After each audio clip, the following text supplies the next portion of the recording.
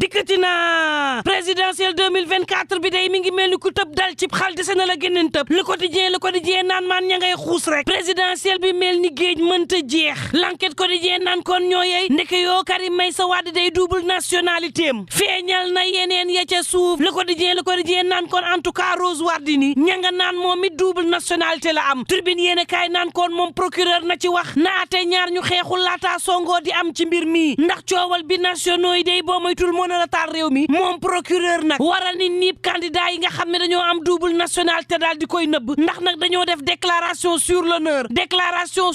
boobee ñu def waat ni lépp loo xam ne charte Sénégal laaj na ko ngir ñu bokk ci élection présidentielle yi matale nañu ko te moo ne charte Sénégal dafa ne képp koo xam ne bëgg nga dagat baatu askan waroo am ñaari nationalité am ci ñoom ñoo xam ne am na ñaari nationalité tribune naan maan bokk na ci ñoom Rose Wardini nga xam ne ñu ngi koy tudd moom Rose Wardini ci bés bi le jour naan déet amoon naa ko faxas naa ko tribune yéen kaay ne ko ma ñëw rek mbaadu yow Rose nag yaa Karim Meïssa Wade mii da ngeen a yemum atte ak yeneen i candidat yoo xam ne ñi ngi ci biir élection présidentielle bi te nee na ñaari nationalité la ñu yor Anta Babacar Ngom ci Vox Populi naan ña ngi ma cay tudd man benn nationalité la am te mooy bu Sénégal tribune yéen kaay naan tempo Karim Meïssa Wade ñaari nationalité la am soxnay PDS ya nekk ca Italie na déet Karim Meïssa Wade ñaari nationalité la amoon na leer moom Karim keroog ba nga xam ni conseil constitutionnel ma ngay tabb yore nañ këyit goo xam ne firndeel na leen ne moom Karim Meïssa Wade mii amatul nationalité française waaye ñene ci liste définitive bi tey te am ñaari nationalité lan mooy seen atte soxnay PDS ne ca Italie naan ngembu nañ ba dëgër ndax Karim Meïssa Wade mii daañu xam ne réew mi am na fi bàjjen te élection présidentielle yi moom dàq rek amul luñ ciy wax lu dul dàq élection bi ndax nag Karim Meïssa Wade mi ñu faxas daañu ko rëcc wala ndax bu dee ñaari nationalité moo tax ñu faxas ko benn bi Karim gàntal na ko waaye ñi gàntalul te bokk nag lépp soxnay PDS ca Italie di ko jiiñ Amadou Ba le peuple naan man en tout cas Khalifa Babacar Sall ma nga naan ma ngay jàppale Karim Meïssa Wade ci lii nañ xuus ci mbir mi ba jeex leeral nag lan moo tax Karim mënta bokk ma nga naan ña ngay encouragé Karim Meïssa Wade mu daal di xeex ba am ndam ci lii tribune yéen kaay naan kon am na ñu am double nationalité jàll nañ le peuple naan ko laaj bi mooy lan moo waral sept sages yi bàyyi ñooñee ñu jàll su dee am na mbaadu nag conseil constitutionnel warta démissionné laas yéen kaay naan kon enquête parlementaire bi moom ña ngi koy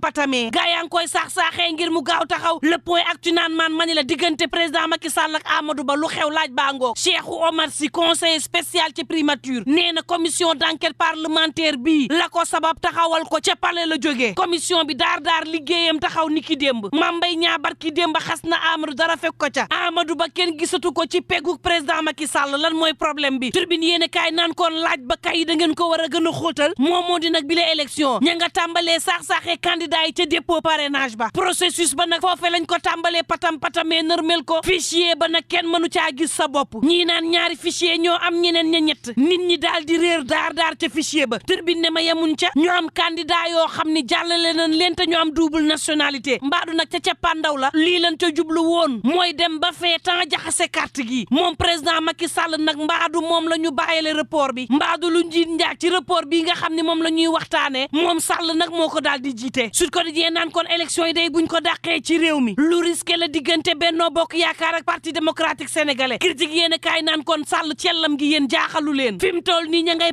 patamee institution bi nga xam ne daanaka bokk na ci gën a rëy ci réew mi moom Sall mu ne pat ñuy jël ñoo xam ne ay gor lañu di leen jori xeer te ñooñee daanaka gàlloo réew mi moom président Macky Sall ma ne mu maye pat léegi nag Sall lan mooy rôlam ci mbir mi Thierno Alassane Sall ci Walf Quotidien ne ko dara bëgg def coup d'état constitutionnel rek dàqi élection kese képp la ñu bëgg nag moo tax lii lépp daal di judd ci réew mi Vox Populi naan kon tey buñ dàqee yi la élection professeur Moussa Diaw naan kon jarta rafetal de bu ñu dàqee élection yi moom président Macky Sall dina sóob loxoom ci ëkk bu yaakaaree ni dina dàq élection yi génnee ci nii Sall juum nga de bu dee bëgg nga soowe Sénégal élection yi na teer yi yéeni kaay bi naan kon article 52 nag docteur Abdoul Aziz Mbodj naan kon lan moo fi bloqué lan moo tënk Sénégal ba article 52 ñu war ko waxtaanee gis nga président Macky Sall mii bu dàqee élection yi dina fi def lu ne weng loo xam ne Senghor mësu ko fee def Abdou Diouf mësu ko fee def Abdoulaye Wade mësu ko fee def Birahim Seck bu forum civil naan kon dañ fay gisul lu fi ñor bañ koy màcc dàqee élection pour lan l'observateur naan kon en tout cas yéen a ngi foowe seen xel yi Aliou Ndiaye mu Ndiaye si ak Birahim Seck naan Sall delloo sil sa xel te xam ne yaa ngi bëgg dugal réew mi ci guuta goo xam ni maar day taali 24 heures yéen a kaay jox kàddu Moussa Sène Absa moom cinéaste bi di laaj lan moo xew Sénégal te lii lépp nag li ko fi waral moom moo di prince bu Qatar bi ma nga naan kon jëlal jëlal sunu ñaq mu siim sa cere demal say banque ca Londres roppi loo fa amoon waaye ngalawaay sunub Sénégal daal bàyyi ko ci jàmm ak dal turbine yéene kaay mel ni ku naan leen da ngeen déggul de dama ne du Karim Meïssa Wade képp moo am double nationalité bari na ci candidat yi ñoo xam ne ñoom it ñaari nationalité la ñu am te tey jii bokk nañ ci liste définitive ñu war a dagat baatu askan wi lii tax nag juróom fukk candidat yoo xam ne dañoo xeex seen ak yelleef